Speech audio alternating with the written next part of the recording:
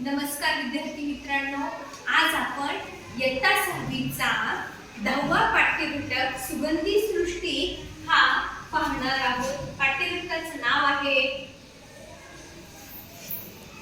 सुगंधी सृष्टी। हा पाठ्यघटक लिहिलेला आहे ना ग गोरे।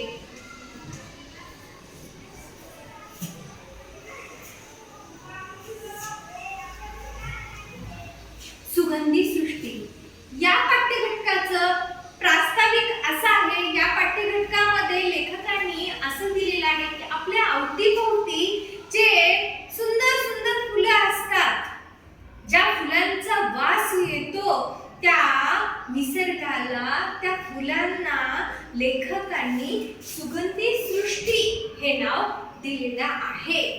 नाव छान आहे ना? खूप छान आहे। सुगंधी सृष्टी या पाठ्यघटकामध्ये जेवढे काही आपल्या अवतीभोवती फुलं आहेत, त्या फुलांचं अतिशय सुंदर वर्णन तुम्हाला इथे पाहायला भेटेल, ऐकायला भेटेल आणि तुम्हाला तशी वेगवेगळ्या प्रकारची झाडं लावण्याची प्रेरणा देखील भेटेल। मी लहान होतो तेव्हा आमचं विरार पुण्यात शनिवार पेठेत असे। मुलांना ही गोष्ट आहे लेखकाच्या लहानपणी। लेखक जेव्हा लहान होते तेव्हा त्याचं विरार म्हणजे कुटुंब।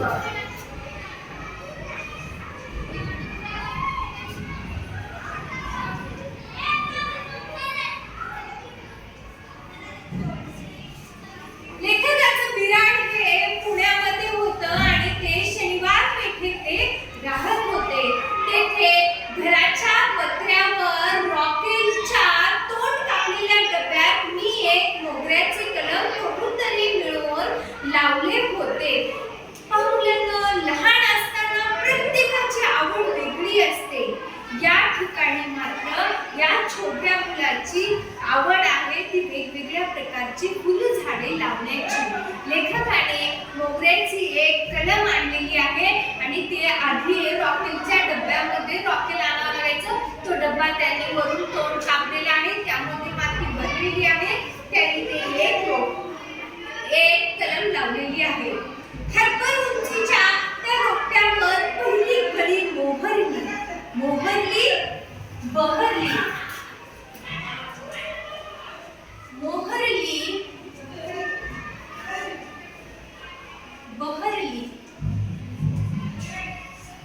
लेखकाने लावलेल्या झाडाला पहिली कळी आली।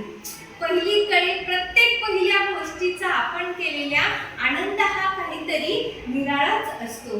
तेव्हापासून ती फुलेपर्यंत मी रोज 10दा त्या कुंडीपाशी जाऊन येई। मुगाच्या दाण्या एवढी आणि पोपटी रंगाची ती कळी वाढत टपोर वाटोळी झाली। पाहुण्यांनो, जेव्हा ती कळी त्यांनी लावलेल्या कलमेला, मोगऱ्याच्या कलमेला छोटीशी कळी आली, ती मुगाच्या दाण्या एवढी लहान होती। मुलांनो, ती मोठी होत अशी चांगली टपोरी झाली, तकतकीत पांढरी दिसू लागली। तिचा कलर बदलला। जेव्हा तिने मोठी झाली, गुबगुबीत झाली, तेव्हा तिचा कलर बदलला आणि तो पांढरा शुभ्र दिसू लागला। उत्कट आतून भासू लागली। आई म्हणाली, आज ती फुलणार हो बहुत करून। संध्याकाळी 6च्या सुमारास कळीच्या कुंडीतली एक पाकळी जरा बाजूला झाली। अमळशाने दुसरी पाकळी, मग तिसरी। सुगंधी पेटीचा एक खण जणू उघडत चाललेला होता। मुलांना, जेव्हा तिच्या आईने पाहिली ती कळी टपोरी झालेली, बाळा आज तुझ्या कळी फुलणार हा, असं म्हणल्यानंतर डोळे लावूनच त्या ठिकाणी बसला आणि मग सायंकाळच्या सुमारास ती कळी सुंदररित्या एक पाकळी, मग दुसरी, मग तिसरी असे सर्व खणच उघडला। अमळशाने दुसरी पाकळी, मग तिसरी। अमळशाने म्हणजे जरा वेळाने।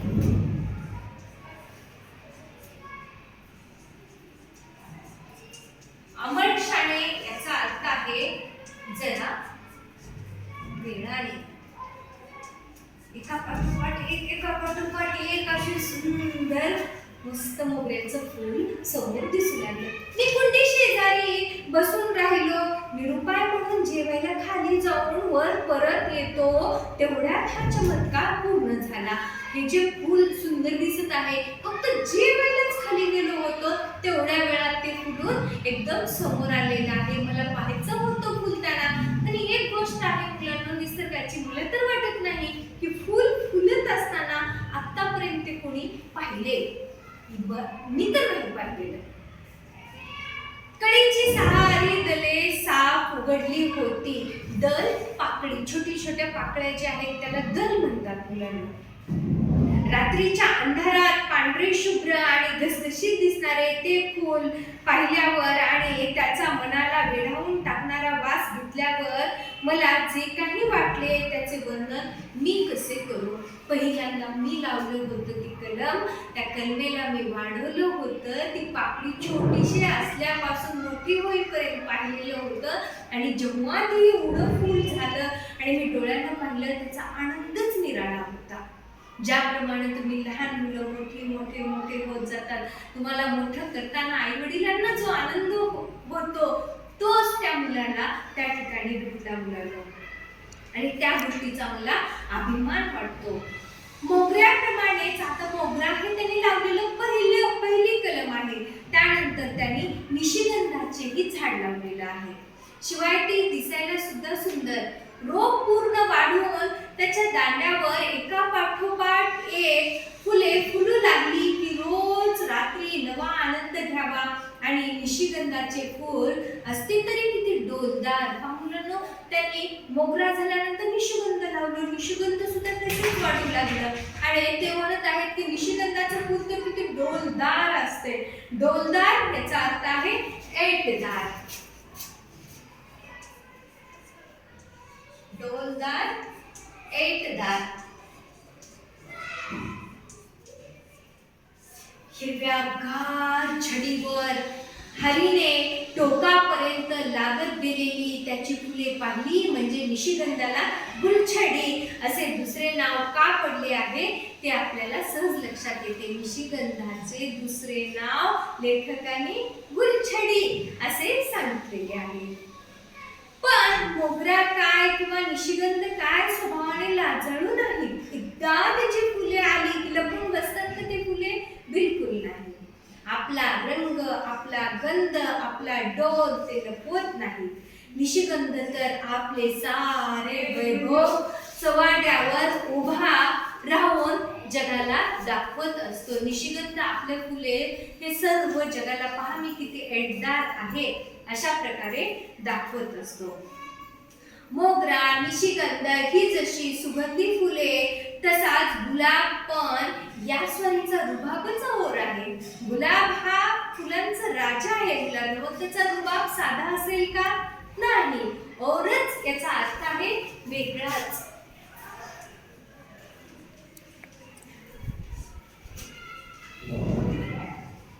वेगळाच.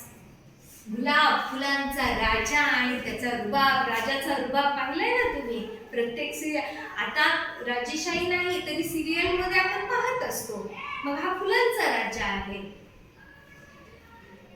गुलाबाला वाटेल ती जागा चालणार नाही. गुलाबाला जी त्याला वाटली आपण आणलो कलम आणि कुठंतरी लावलो कसल्या तरी मातीमध्ये तर चालणार नाही.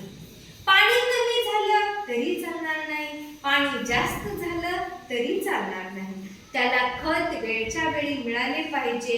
मुळे मोकळी झाली पाहिजेत. हंगाम साधून छाटणी केली पाहिजे. छाटणी, कापणी. छाटणी, कापणी.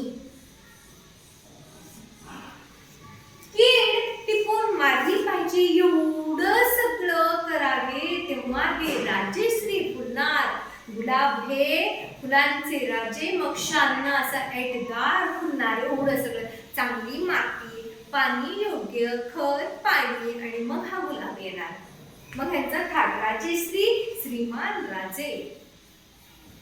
एकदा गुलाब प्रसन्नपणाने फुलू लागला की केलेले सगळे श्रम मनुष्य विसरून जातो. सुंदर असा वर काळ्या पूर्ण असं ह्याच्यावर झाडावरती गुलाब फुललेला पाहिला की तो आनंदच वेगळा असतो. विसरून जातो माणूस श्रम केलेला. किती त्याचे आकार, किती रंग, किती गंध, त्यांना सीमा नाही. अनेक प्रकारच्या रंगांची तुम्ही गुलाब फुले आपल्या आसपास पाहत असता. त्यावेळी मी आयुष्यात प्रथमच काळा गुलाब पाहिलाय कोणी काळा गुलाब? छान दिसतो. काळसर मखमली सारख्या पाकळ्यांचे ते फूल म्हणजे एक अजब चीज आहे. त्यानंतरचा आता वेल सांगितलेली आहे मुलांनो. या ठिकाणी सायलीची वेल एकदा आळे करून लावली की मग तिच्याकडे फारसे लक्ष देण्याची गरज नाही. एकदा लावली की ती आपापली वाढत जाते. 12ही महिने ती फुललेली राहते. पारिजातक तर कमालीचा निरीच्छ म्हणजे इच्छा नसलेला. तो कोठेही लावा, त्याला पाणी द्या नाहीतर देऊ नका. पावसाळ्यात आकाशात ढग भरून आले की त्यातून अमृताचा शिडकाव म्हणजे पावसाचा वर्षाव. अमृताचा शिडकाव याचा अर्थ आहे पावसाचा वर्षाव.